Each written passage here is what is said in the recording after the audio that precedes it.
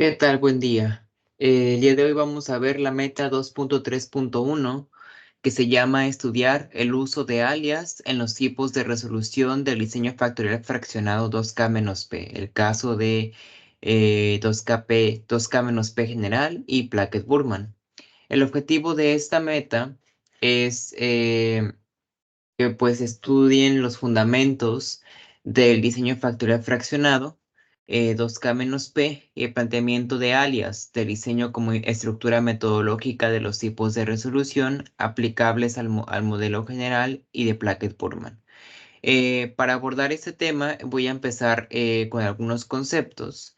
Primero, planteándonos qué es un diseño factorial completo y qué es un diseño factorial fraccionado. Pues primero tenemos que el diseño factorial completo es el diseño en el cual los investigadores, los ingenieros, las personas que estén realizando el experimento, miden las respuestas para todas las combinaciones de niveles de los factores. Recordemos que en todo diseño factorial tenemos una matriz de diseño y cada matriz de diseño nos da un conjunto de combinaciones.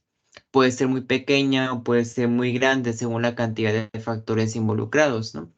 Entonces, esa matriz de diseño, cuando la llenamos completa, todas las corridas que por diseño nos marca, decimos que es un diseño factorial completo.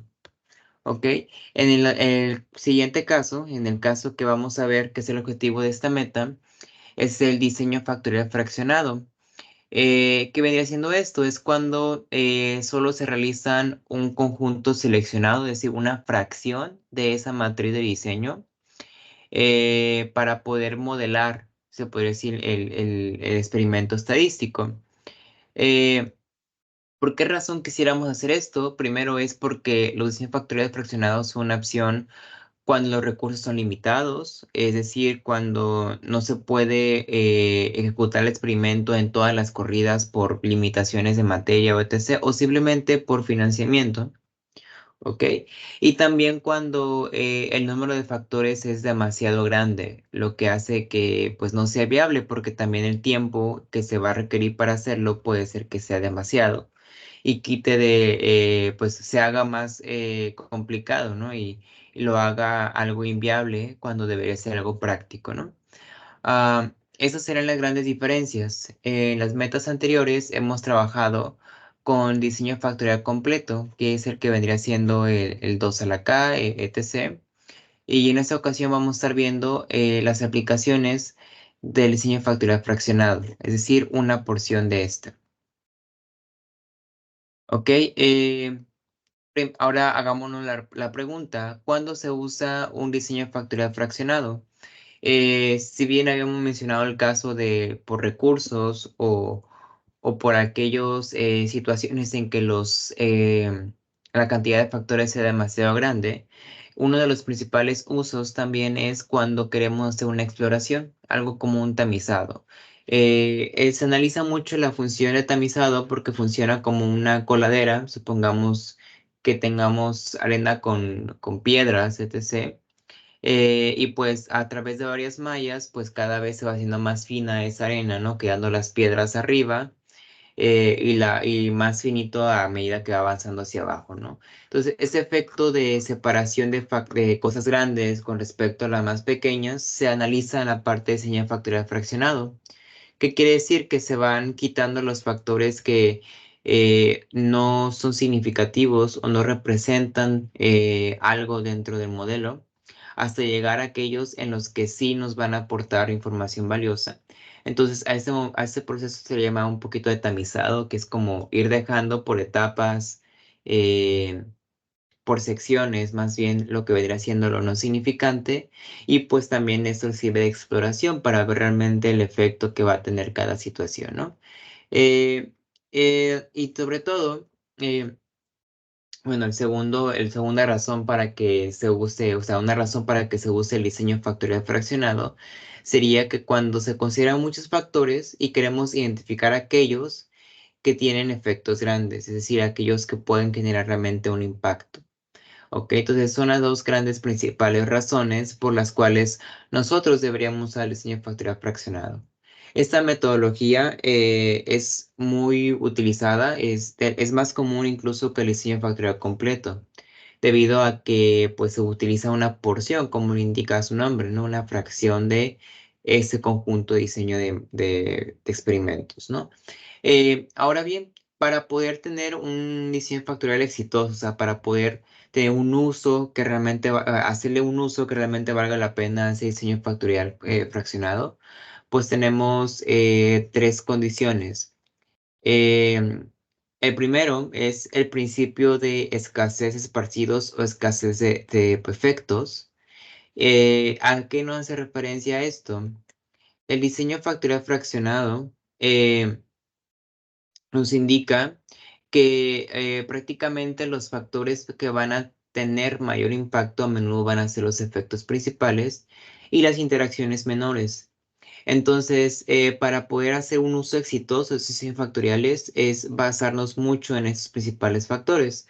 Más adelante voy a explicar por qué es esto posible, ¿no? Entonces, solamente para fines de contemplar esto como un uso exitoso del sistema factorial fraccionado es basarnos en variables de proceso que estén dominadas principalmente por los efectos principales y las interacciones de orden inferior. ¿Ok? Y el segundo caso es la propiedad de proyección, es decir, nos da una idea de lo que se puede, del comportamiento que pueden tener el sistema en general, el experimento en general, basándonos solamente en una muestra pequeña, no solo en esa pequeña fracción que tomamos de la matriz de diseño. ¿Ok? Entonces, de esta manera podemos, de cierta forma, proyectar tendencias y estimar los factores significativos. Es por eso que funciona y se prefiere más que el diseño factorial completo, porque a menudo da los mismos resultados que si se hubiera corrido completo, lo que ahorra demasiado tiempo y dinero. Y el último paso nos indica la experimentación secuencial, y pues es porque esta nos puede ayudar a estimar efectos de factores, interacciones de interés pues, al combinarse más de dos corridas, que vamos a ver un ejemplo más adelante. ¿Ok? Eh, el diseño factorial fraccionado pues tiene distintas formas bueno, más bien no distintas formas, sino distintas aplicaciones según los niveles que estén usando. En esta ocasión vamos a utilizar esta expresión, que va a ser la expresión que vimos al inicio del título de esta meta, que es 2 a la k menos p, en donde este 2, de nuevo, nos viene representando los niveles que estamos utilizando. ¿Ok? Pues en ese caso son dos niveles, un nivel alto y un nivel bajo, y por eso tenemos este 2. La K nos indica la cantidad de factores que vamos a utilizar y la P nos indica la fracción. Y en un futuro vamos a ver que esta fracción también nos indica el generador. Ahorita voy a hablar con respecto a qué nos referimos con el generador, pero primero abordemos esta P. La P nos dice que nos indica la fracción. ¿Cómo vamos a representar o cómo vamos a concebir ese concepto de fracción? Pues si bien cuando tenemos un diseño 2 a la K, por ejemplo,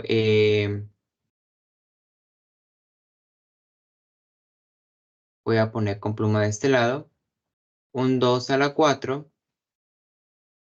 Si yo resuelvo esta potencia, voy a encontrar que es igual a 16 valores, ¿no? Y esto pues son las cantidades de corridas necesarias que necesitamos para modelar el diseño, ¿no? Entonces, lo que nos indica esta P es qué proporción de esta parte de las corridas completas voy a estar utilizando. Y esta proporción de la fracción, pues se indica en literalmente como un medio de fracción, un cuarto de fracción, etcétera, ¿no?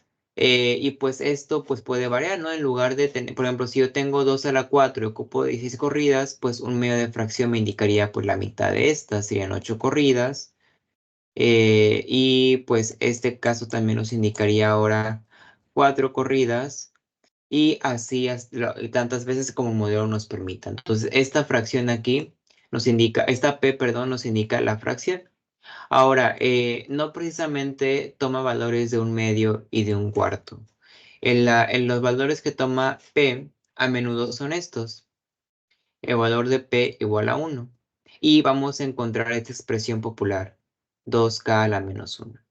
¿Y eso qué nos va a representar? Si resolvemos esta parte de una forma más extendida, vamos a encontrar que es lo mismo que tener 2 a la K, que multiplica un 2 a la menos 1.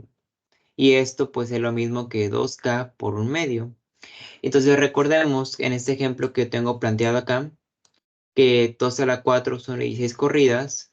A usar esta P igual a 1, pues es como que yo estuviera usando 8 corridas para modelar el diseño, lo que es la mitad, ¿no? Y esto nos ayuda mucho a eficientar, ¿no? Y tiempos y movimientos pues para la toma de mediciones del proceso para poder correr el modelo, ¿no?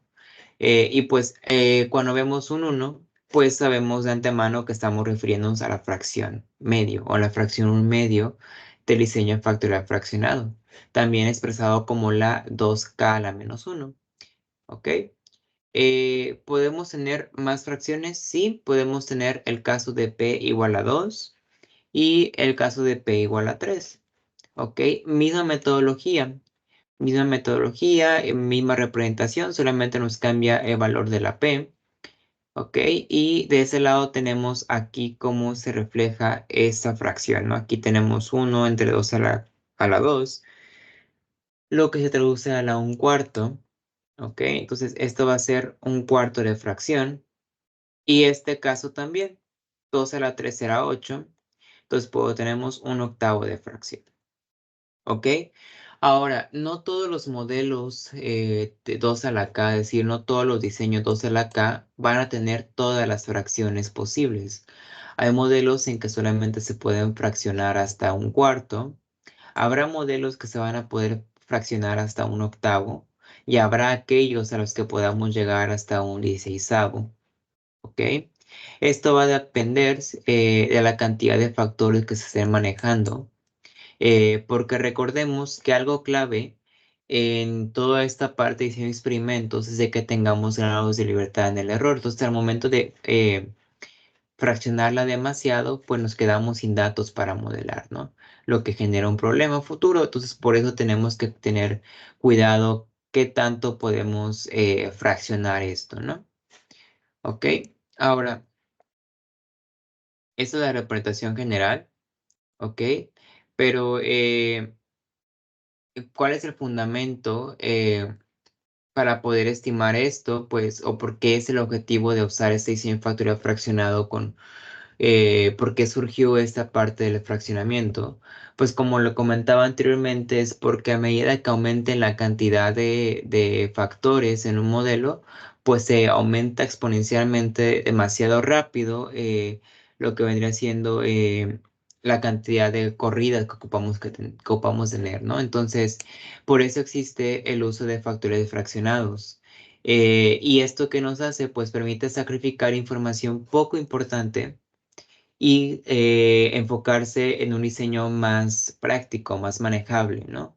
Manejar unas corridas que podamos realmente ejecutar en proceso y sobre todo, de cierta manera, tener resultados muy cercanos o los mismos resultados que si manejáramos el diseño completo, ¿no? Eh, y aquí les pongo yo un ejemplo claro, ¿no? Si nosotros tuviésemos el diseño factorial 2 a la 8, es decir, estamos manejando 8 factores, son demasiadas condiciones, demasiadas variables que tratar. Eh, la verdad es muy difícil hacer ese tipo de diseño, ¿no? Entonces, si resolvemos esta potencia, vamos a encontrar que requerimos 256 tratamientos. Esto es demasiado tiempo invertido, sumado a los recursos que tengan que usar para poder hacerlo, ¿no? Hablamos de materia prima, horas hombre, eh, tiempo de máquinas y etc., ¿no? Entonces, estamos hablando de demasiadas condiciones.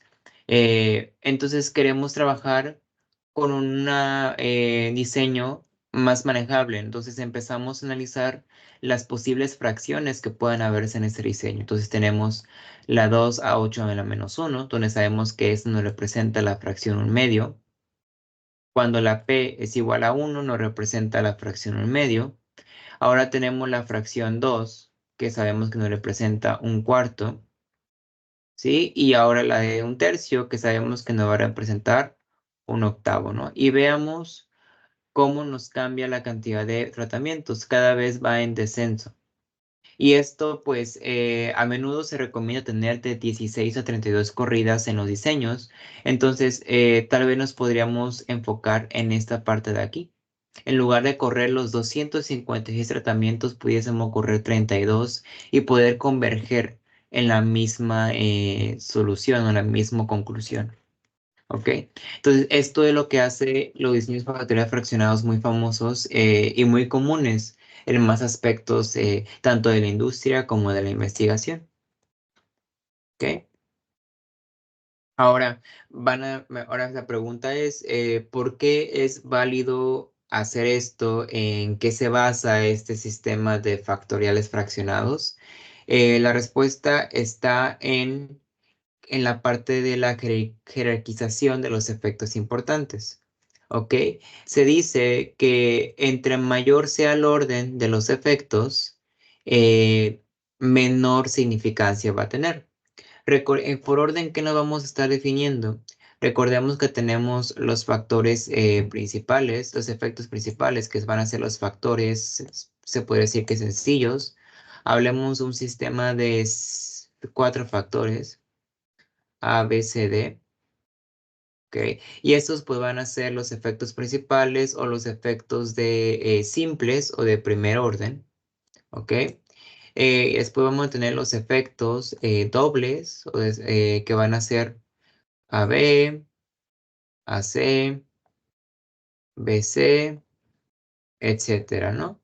Y estos van a ser las interacciones dobles y después vamos a tener las interacciones triples que va a ser ABC y luego ACD y así sucesivamente hasta llegar a las interacciones cuádruples que va a ser A, B, C y D. ¿Ok? Entonces, la teoría de la jerarquización de los efectos más importantes establece que entre más avanzado sea el orden de las interacciones, menos significante es. Es decir, lo que vendría siendo los efectos principales y las interacciones de orden inferior, como las interacciones dobles y en algunas ocasiones las triples, tienden a tener más significancia que aquellas que son de orden mayor. Entonces, bajo este fundamento, pues el diseño factorial fraccionado se genera trabajando solamente principalmente del factorial, de los efectos principales, perdón, hasta las segundas o terceras eh, interacciones. A veces se trabaja más con las segundas y los efectos principales, pero va a depender del diseño, ¿no? Entre más grande sea, pues habrá más cuestiones que se pueden ignorar. Bueno, y en su contrario, entre más pequeño sea, pues menos cosas vamos a poder ignorar, ¿no? Para poder correlacionar esto que les acabo de decir de qué tanto podemos ignorar y qué tanto podemos no ignorar, eh, vamos a ver esa tabla. Deje borro primero. Vamos a ver esa tabla y esa tabla nos dice esto. Si nosotros analizamos el diseño factorial 2 a la K, ¿sí? ¿Qué vamos a notar en esa tabla? Que tenemos 3 efectos. ¿Cuáles van a ser los efectos? Pues aquí lo voy a poner en pequeño. Va a ser el A, el B y el AB. ¿Ok? Recordemos que este diseño 2K nos indica que tenemos dos niveles, perdón, y la K nos indica los factores, que son 2. Entonces tenemos 2 factores, A y B, y su interacción AB. Pero aquí hay algo curioso en la parte que tenemos aquí, los efectos no ignorables y los efectos ignorables. Siguiendo la teoría de la jerarquización de efectos, nos dice que todos los factores de principales, factores de segundas interacciones dobles, perdón, son menos ignorables, es decir, son los que más prioridad tienen un diseño de experimentos fraccionado. Por lo tanto, el 2 a la 2 se podría decir que tiene todas las condiciones como no ignorables, es decir, no puedo cortar ningún valor, no puedo manejar una fracción, no puedo manejar una proporción de la matriz de diseño. Es por eso que se dice que no hay efectos ignorables y no hay manera de poder fraccionar un diseño factorial 2 a la 2. A partir del diseño 2 a la 3, podemos ver que ya podemos sacrificar un efecto ignorable. Ya tenemos un efecto ignorable, algo que por qué sacrificar. Y pues teóricamente ya podríamos manejar un diseño factorial fraccionado. No se recomienda porque los efectos no ignorables siguen siendo demasiado. Ya tenemos un efecto ignorable, que en ese caso va a ser la interacción de orden superior. Porque si yo desarrollo lo que vendría siendo los efectos, tendría yo A, B y C, los efectos principales, y luego voy a tener las interacciones AB, AC y BC. Ok, van 3 y 3, y luego voy a tener la interacción ABC. ¿Ok? En esa parte de interacción ABC, esta sería la que sería ignorable porque es la de orden mayor de mi sistema. Esta que vendría siendo las interacciones de efectos principales y las interacciones dobles son las que no puedo quitar de la ecuación. Por lo tanto, este diseño 2 a la 3, a pesar de que matemáticamente nos puede modelar una fracción, nos sirve solamente para concebir los conceptos, pero en la práctica a veces no es viable porque no podemos ignorarlos, ¿no? Y si lo hacemos, estamos perdiendo información importante, ¿ok? Entonces, a partir del 2 a la 4, podemos ver que ya aumenta la cantidad de efectos ignorables, pero los efectos no ignorables siguen siendo mayoría, ¿ok? Entonces, esto es el patrón que podemos ver en esa sección, que aquí cuando la K, es decir, la cantidad de factores es menos de 5, es decir, 2, 3, 4 y 5, los efectos potencialmente importantes superan en número los efectos ignorables a priori.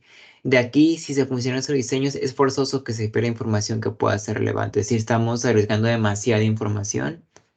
A veces no nos pueden dar una conclusión verídica. No siempre, aunque habrá excepciones, pero no siempre nos podemos confiar. Por excepciones me refiero a que hay ocasiones en que el diseño 2 a la 4 eh, llega a funcionar cuando se maneja alguna fracción. Sin embargo, pues lo mejor es irse por un modelo más grande que realmente permita conclusiones más estables, es decir, algo que tú puedas confiar y que siempre me va a dar la tendencia o la interpretación correcta, ¿no? Por otra parte, los diseños 2 a la K de 5 en adelante, pues podemos ver que ya se incrementan la cantidad de efectos que puedo ignorar con respecto a la cantidad de efectos que no puedo ignorar. Es decir, perdón, es decir, aquí estoy trabajando en ignorar todas las interacciones de orden 3, o sea, de triples en adelante, ¿ok? Y todas las interacciones dobles y de efectos principales son las que con las que me voy quedando aquí. Sí, entonces esas son las que casi siempre nunca, o más bien nunca puedo ignorar. Pero las demás sí puedo seguir ignorándolas. ¿Por qué? Porque realmente tienen menos significancia estadística. Y es lo que podemos resumir aquí. Es que cuando la K es mayor o igual a 5, el número de efectos ignorables supera el número de efectos no ignorables o potencialmente importantes, lo cual indica que estos diseños se pueden fraccionar sin perder información valiosa. Sí, es mucho mejor trabajar con estos niveles. Es por eso que cuando tenemos un diseño factorial completo, a menudo se trabaja, si quieres trabajar con 2 a la 2 o 2 a la 3, pues manejamos réplicas en lugar de fraccionar. Y cuando quieren manejar un 2 a la 4, pues ahí a veces se utiliza no replicado, pero el factorial completo para poder tener conclusiones verdaderas. Y es aquí el 2 a la 5 en adelante cuando ya el fraccionado tiene mayor relevancia. y pues es mejor ajustado a lo que se quiere, ¿no? Ahora bien, si bien la estructura nos indica que la información que perdemos es menos importante, eh, vamos a ver qué desventajas o imprevistos puede generar un diseño factorial fraccionado, ¿no? El primero de estos es de que habrá efectos que no podrán estimarse. ¿Ok? ¿Esto qué va a pasar? Pues porque a veces tenemos menos grados de libertad disponible en el error. ¿Ok? Recordemos que cuando yo quiero fraccionar un diseño 2 a la 4 y lo quiero fraccionar a la mitad, es decir, 2 a la 4 menos 1, porque recordemos que el 1 indica la mitad. Yo aquí ocupaba 6 corridas, aquí voy a ocupar 8 corridas. Entonces, aquí se podría decir que yo todavía tengo suficientes grados de libertad eh, para poder modelar el diseño, ¿ok? Pero supongamos que se decide eh, fraccionar aún más. Teóricamente, eso no pasa. Y tengo yo este modelo, 2 4 a menos 12, si voy a manejar un cuarto de fracción. Significa que voy a tener cuatro corridas. Aquí yo ya no voy a poder modelar el diseño porque son muy pocas corridas y me van a hacer falta grados de libertad, por lo que ya no, realmente no converge la situación. Entonces ahí se dice que habrá efectos que no podrán estimarse cuando la fracción es demasiado grande para el diseño, bueno, para el modelo 2K, ¿no? Eh, y pues por consiguiente la nova no va a proceder, no vamos a poder estimar, ¿no? Ahora, otra cosa, pues a partir de los efectos que no puedan estimarse, también se busca que la información que se pierda cuando hablamos de factorial fraccionado, pues sean en la medida de lo posible interacciones de alto orden. Entonces, entre más fraccionamos, pues nos quedan más interacciones de alto orden. O bueno, más bien no interacciones de alto orden, sino que realmente se reduce la cantidad de opciones a reducirse, a quitarse. Y cuando modelamos los datos, pues simplemente nos quedamos solamente con información que puede no ser relevante porque estamos omitiendo otra información, ¿no? Entonces eso se refiere que cuando tenemos efectos que no se pueden estimar, es mejor manejar con aquellos los que omitamos, que son interacciones de alto orden, ¿no? Ahora, algo importante para poder pasar a la otra desventaja es de que los efectos que sí se pueden estimar van a tener al menos un alias. ¿Qué significa un alias? Significa que es un efecto que trabaja con nombres distintos, pero que en realidad son el mismo. ¿Ok? Entonces a esa parte se llama alias. ¿Y esto qué es lo que pasa? Debido a que se pueden omitir interacciones de alto orden, esto se debe porque a menudo se dice que son repetitivas o que realmente están como de cierta manera relacionadas entre sí algunas interacciones inferiores con interacciones de orden superior. ¿Ok? Entonces, bajo este esquema de que existen condiciones iguales, repetitivas, se maneja lo que llamamos el alias. Es decir, cuando un efecto eh, en realidad bueno, tiene distintos nombres, pero son el mismo. ¿Ok? Entonces dice que cuando se estima uno, se está estimando el otro al mismo tiempo, de manera que no se pueden separar. Sí, y esto es algo común que va a pasar con el diseño factorial fraccionado, ¿no? Y pues esto es el panorama general de los imprevistos que nos pueden dar el diseño factorial fraccionado. Pero como todo, pues tiene sus ventajas y a menudo son más ventajas que desventajas. Mejor dicho, un correcto análisis y una correcta ejecución de cada diseño, pues limita las desventajas y potencia las ventajas, ¿no? Como es el caso.